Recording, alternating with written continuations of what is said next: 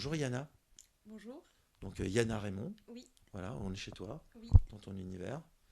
Donc je vois beaucoup de livres, hein, il y a une très grosse bibliothèque derrière. Tu es une grande lectrice. oui. Oui, Oui, mais encore, je suis une grande lectrice. grande lectrice. Et donc tu as écrit Où se perdent les vents. Où se perdent les vents, donc, qui va paraître dans l'anthologie Tomber les voiles. Oui. Voilà. Et qu'est-ce que tu pourrais nous dire de ta nouvelle? Du coup, c'est pour écrire cette nouvelle, je me suis inspirée d'une bande dessinée qui s'appelle Noé de Stéphane Levallois et où justement on voit un homme qui traverse un désert et qui rencontre plein de petites scènes un peu de civilisation, de guerre, etc. Et qui tracte un espèce d'énorme paquebot. Et on ne sait pas d'où il vient, on ne sait pas qui c'est, on ne sait pas s'il arrivera jamais à trouver une mer ou quoi que ce soit. Du coup, je me suis inspirée de ces images-là. C'est une BD sans parole. Et du coup, ça permet de vraiment associer, Mhm. de développer son Donc tu as imaginaire. été Ouais. chercher des images et tu les as retranscrits en fait Oui. Alors, avec tes l'histoire mots. est différente. Enfin, il n'y a pas du Ouais. tout le personnage féminin. Il y a... Enfin, voilà, c'est vraiment ce qui est commun, c'est ce bateau et puis cet homme-là Alors tu es de qui... ceux qui pensent que les marins prennent la mer pour fuir leur mer? Alors, non, pas forcément. C'est pas parce que je fais de la psycho que je pense ça. D'accord, non mais c'était une question. Donc alors qu'est-ce qui se passe que se passe-t-il dans cette nouvelle? Euh, Alors, bah, justement, c'est un homme qui tracte une barque à travers un désert et on comprend qu'en fait, c'est quelque chose qui se lègue en quelque sorte. Enfin, c'est des voyageurs qui tractent cette barque et qui, à chaque fois qu'ils meurent, la lèguent à un autre voyageur. Et en fait, une transmission. voilà, c'est ça. Et surtout, c'est une sorte d'idéal, peut-être inatteignable, mais c'est vraiment l'idée, je vais poursuivre toute ma vie un rêve, et tant pis si j'y arrive pas, mais c'est la beauté de cet idéal-là. Mhm. Et c'est la rencontre donc, de ce personnage, et puis d'une femme qui a rien à voir avec ça, enfin, qui elle, c'est une guerrière, enfin, elle a des troupes, elle est sur le point enfin, De mener une de guerre. mener une guerre, c'est ça. Et elle va admirer chez cet homme-là, justement, cette poursuite de l'idéal. Découverte de la beauté, Ouais, finalement. en quelque Du sorte. beau. Hein, Parce qu'elle voilà. aussi, enfin, elle a son idéal à elle, en fait. Elle est Mhm. aussi très dure, très droite. Enfin, il y a quelque chose d'absolu aussi chez elle, et donc c'est la Mhm. rencontre de ces deux absolus en quelque sorte. Alors tomber les voiles, tu as découvert cet appel à texte comment et donc comment tu en es venu à élaborer cette réflexion et cette écriture? Alors en fait, je lis pas mal de fantasy, j'aime beaucoup, mais jusque-là, je m'étais pas autorisée à en écrire. Enfin, peut-être parce que j'étais trop impressionnée, je pense. Et, euh, et en fait, depuis un an, j'ai dit, bon, en fait, j'aimerais bien pouvoir écrire un peu ce genre-là. Et j'ai commencé à chercher des appels à texte parce que j'aime beaucoup le principe de la contrainte. J'arrive beaucoup plus facilement à écrire sous contrainte en fait que de me dire bah ça y est je peux écrire sur ce que je veux et en fait généralement je bloque parce que j'ai pas d'échéance voilà parce que c'est trop large donc et j'ai beaucoup aimé le principe aussi du vote du public, j'ai trouvé ça très démocratique et plutôt que ce soit vraiment un jury de trois personnes Oui, ça qui c'est un peu le principe de la collection, voilà c'est ça de m'a bien plu. consulter en fait les lecteurs par rapport aux prochaines publications. C'est-à-dire que notre volonté c'est que le lecteur ne soit pas qu'un simple consommateur, mais qu'il participe lui aussi au processus créatif du livre Mm. et donc qui participe au processus créatif de sa propre culture. Donc c'est pour ça qu'on a créé je veux dire, ce système où en fait il est consulté et en fait où il devient en fait en quelque sorte facilitateur euh, pour un auteur, donc où il va faciliter justement un auteur à accéder justement à la publication. Donc, donc il devient en même temps, j'allais dire, je trouve plus le mot, donc prescripteur. Voilà, il devient prescripteur en fait à son tour Mm. avec cette consultation. Voilà, pour expliquer un petit peu. Donc c'est ça qui t'a plu en fait Ouais dans le ça m'a bien principe. beaucoup plu. Voilà. Et donc aussi avec le mélange en fait des arts, en fait où Oui, ça aussi, ouais. Le fait qu'on puisse écouter de la musique en même temps qu'on lit, qu'on puisse voir des illustrations, ça c'est quelque chose. Enfin, j'aime bien écouter de la musique quand j'écris. Enfin, je pense que ça peut vraiment stimuler l'imaginaire enfin, du lecteur. alors dans ton écriture est très très rythmé, très musical. Est-ce Oui. que tu en as conscience? J'en ai pas forcément conscience. Je sais juste que c'est assez planant, un peu comme si on se figeait sur des tableaux. Mais c'est peut-être aussi, enfin j'ai fait de la musique, du coup je sais pas, peut-être que ça influence, Ah oui, forcément, oui. peut-être, enfin inconsciemment, mais c'est pas Forcément, forcément oui. Je veux conscient, dire, oui. les mots sont des sons. Et donc, bon, les règles de l'orthographe, de la grammaire s'appliquent pour donner un sens. Mais forcément, tout ça, c'est du son avant tout. Et que la musique, c'est un autre langage avec des sons qui ne sont pas ordonnés de la même manière. Et donc, justement, où le sens est différent de celui de la parole. Mais il y a un rythme, il y a une musicalité. Et donc, on est, je veux dire, toujours.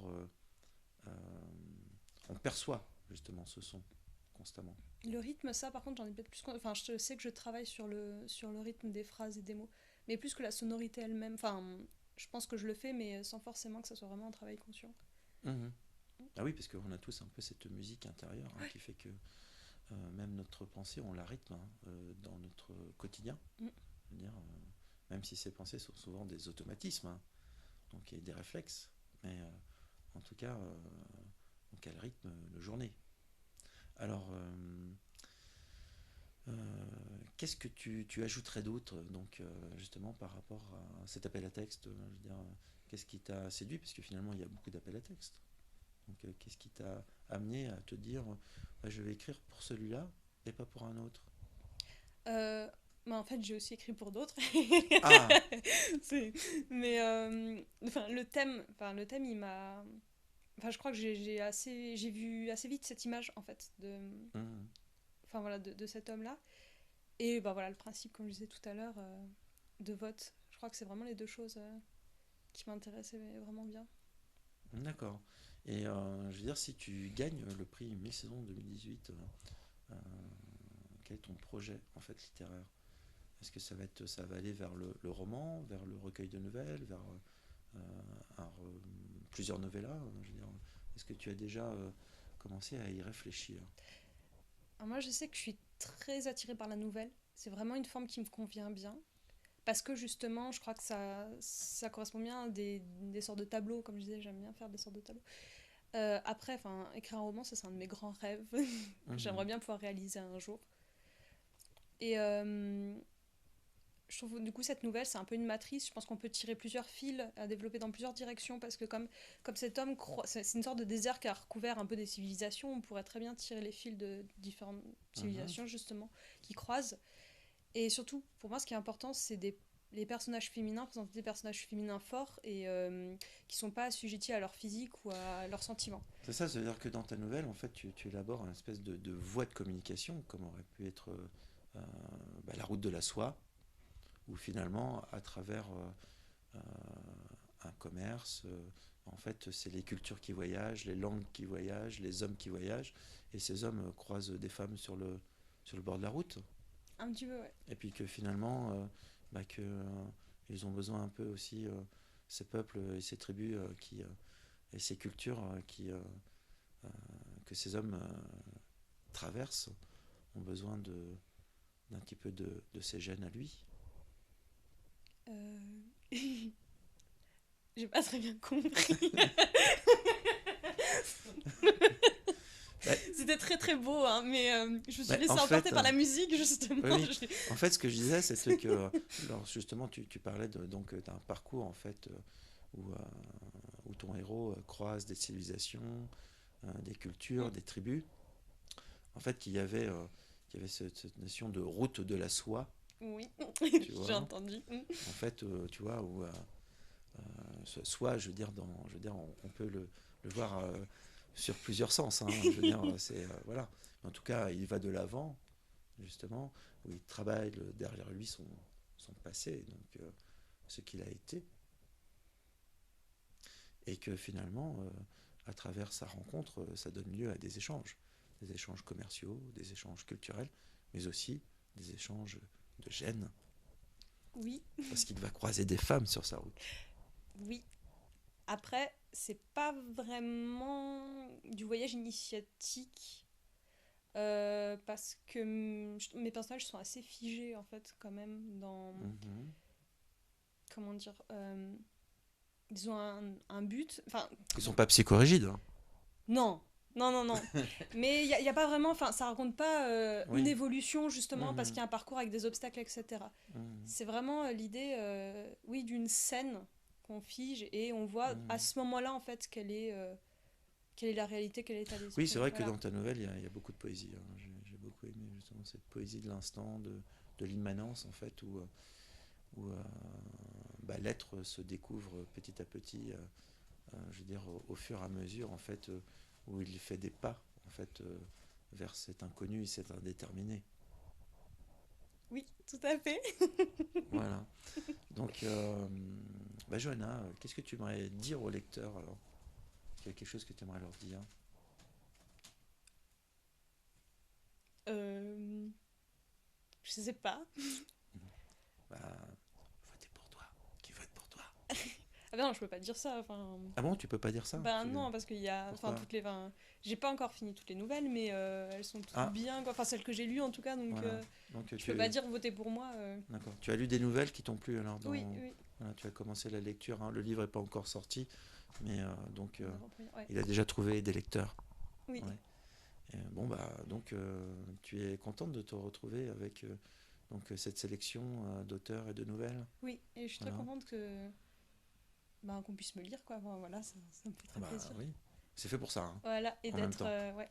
Voilà. C'est un peu le but, hein. Voilà. Voilà. Le but c'est d'être lu, hein, pour partager un certain rapport au monde, Mm. un certain rapport au monde et, et en fait elle est là, hein, je veux dire, la communication, voilà, dans ce partage. Mm. Bah, c'était Yana Raymond, donc où, où, Où se perdent les où se vents. perdent les vents, voilà, voilà, parce qu'il faut se perdre, hein, pour se retrouver toujours. Donc où se perdent les vents, c'est dans Tomber les voiles. Et ben, si vous aimez sa nouvelle, bah, votez pour elle, hein, elle sera très contente. Oui, je serais très contente. Voilà. Ouais. Bah, merci Yana, Bon, voilà. merci à vous. Merci.